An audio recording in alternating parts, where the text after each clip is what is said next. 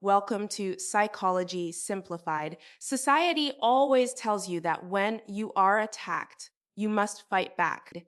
They tell you to stand your ground, to defend your truth, and to never let anyone walk all over you. But here is the truth they don't tell you. The moment you desperately try to defend yourself to a manipulator, you have already made a confession. Your self-defense is a confession that you have a weakness. It is an admission that they have struck a nerve. So, how do you look at the person who is actively trying to destroy your peace?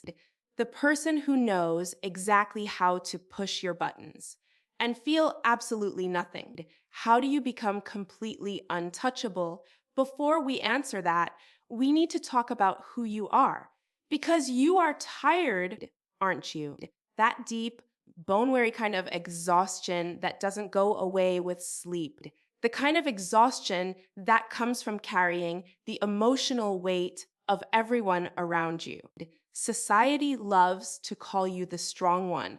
They see the rock, they see the person who never breaks down, who never needs help, and who handles every single crisis perfectly.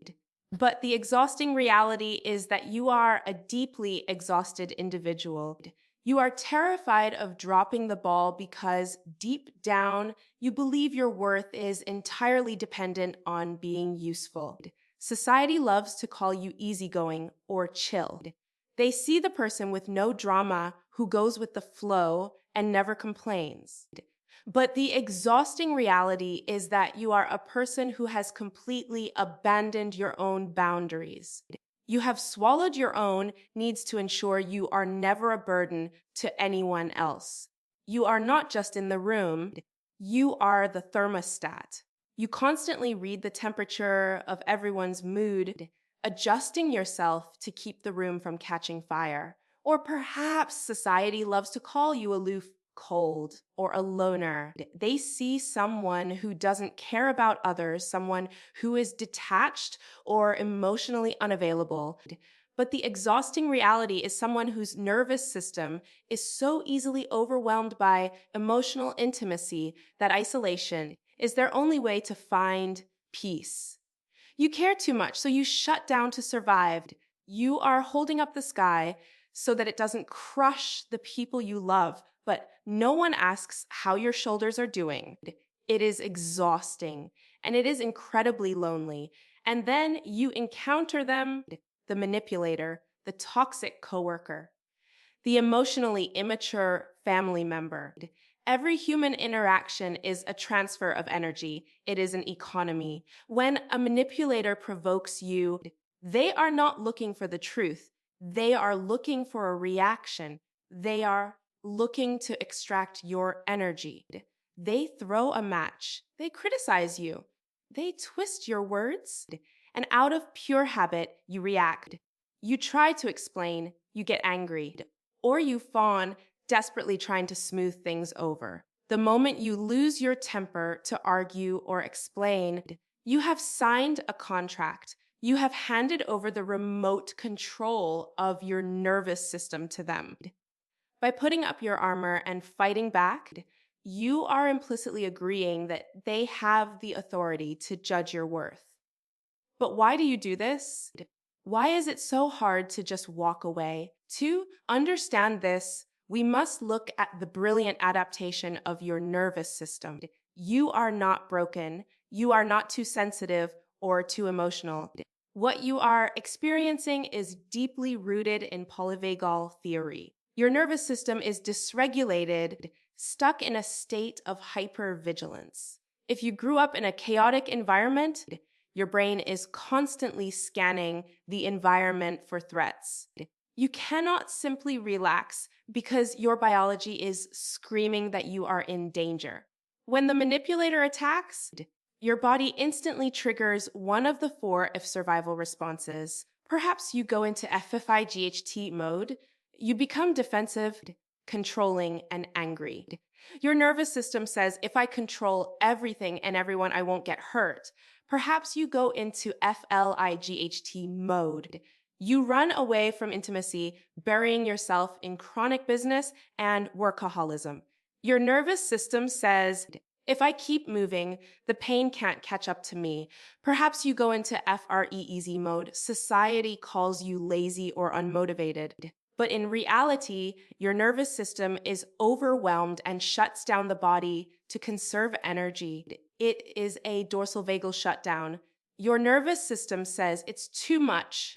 Play dead to survive. Or, most commonly in these toxic dynamics, you go into FWN mode. You become a people pleaser, unable to say no. Your nervous system says, if I make the threat happy, they won't attack me. I will abandon myself to keep you around. This makes complete sense. It is a highly attuned survival mechanism. You learned that your safety depended on managing the moods of volatile adults. You might carry the criticized child wound. You walked on eggshells around unpredictable, angry parents, believing that if you made everyone else happy and stayed quiet, you would be safe. Or you carry the parentified child wound. You had to grow up too fast to take care of emotionally immature parents. You became hyper independent, believing that relying on others is dangerous.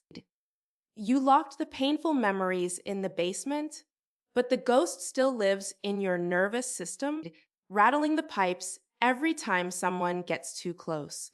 You've spent so long blending into the colors of what other people need you to be that when you look in the mirror, you don't even know your own original color anymore. The armor you built to survive the battlefield of your childhood is now weighing you down in peacetime. So, how do we take the armor off? How do we face the manipulator without losing ourselves? We weaponize our silence. We use the gray rock method. Ultimate power does not lie in winning an argument. It lies in emotional non-participation. Instead of fighting back or fawning, the gray rock method requires you to step entirely out of the emotional transaction. It requires you to become a void. Imagine a gray rock on the side of the road. It has no sharp edges. It has no bright colors. It is profoundly uninteresting. When you become a gray rock, you offer zero emotional currency. Your emotions are your currency. Do not hand them out for free to those who throw stones and hide their hands. When they attack, you give short, neutral responses. Okay, I see. That is your perspective. You strip your voice of all emotion. You maintain a blank, unrateable facial expression. You share absolutely no personal information. You become an endless, echoing void. Why does this work so effectively? Because you are hijacking their psychological wiring. The human brain is programmed to expect reciprocity. When someone throws a powerful force at you, anger, guilt, manipulation, they physically and neurologically expect a reaction. When they throw that anger and receive nothing but a blank wall, the feedback loop cannot close. This creates a state of psychological vertigo. The manipulator loses their equilibrium. They become disoriented. Without your reaction to feed on, they literally choke on their own momentum. They expect a fight. They expect tears. When they get a void, they feel powerless. But to do this successfully, you must experience a profound paradigm shift. You must transition from being a victim to adopting a state of clinical pity. The next time they raise their voice, the next time they try to gaslight you, I want you to look at them differently. Do not look at them as a powerful monster who controls your fate. Look at them like a researcher looking at a struggling specimen under a microscope. Observe their dysregulation. Watch their amygdala hijack in real time. Tell yourself, look at how desperate they are for my energy. Look at how they cannot self-soothe. Look at how their nervous system is completely out of control. This is clinical pity. You are physically present in the room, yes, but your emotional core has been relocated to a sanctuary that they can never, ever reach. You lower the drawbridge for those who deserve your love, but for the manipulator, the fortress is sealed. Your silence is not an escape, it is a fortress. You don't need to prove anything. You don't need to react. You become an unmappable, unmanipulable entity. This is how you take your power back. You don't take it back by screaming louder. You take it back by refusing to play the game. You let them exhaust themselves against the cold, hard surface of your gray rock.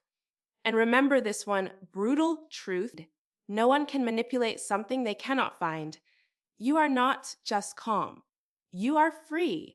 You are untouchable. If you understand this, I want you to type in the comments right now, "My silence is my power." And if this video explained the heavy weight you have always carried alone, hit subscribe. These deep psychological frameworks are not for everyone, but they are for you. Welcome to the sanctuary. I will see you in the next one.